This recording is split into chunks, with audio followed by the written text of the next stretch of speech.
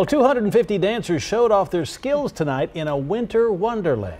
They're teens and adults with intellectual special needs with the nonprofit Eva's Heroes enjoying their independence this evening. Eyewitness News photojournalist Alan Kozlu takes us to the dance floor. Eva's Heroes is an organization dedicated to enriching the lives of individuals with intellectual special needs. Opportunities for our participants to just really engage with their peers, socialize, enjoy some recreational activities.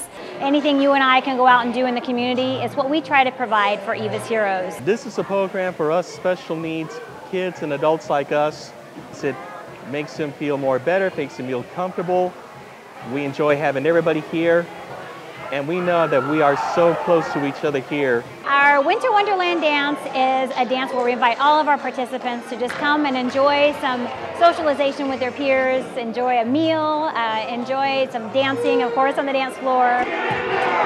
Yeah. Being around these friendly people and all the staff here have given me just so much love, and it just makes me so happy just to be a part of it. This is by far the most attendees we've ever had, so we're really excited because that just tells us that our participants are getting out, they're having fun with their friends, and they're really just engaging in some incredible socialization opportunities.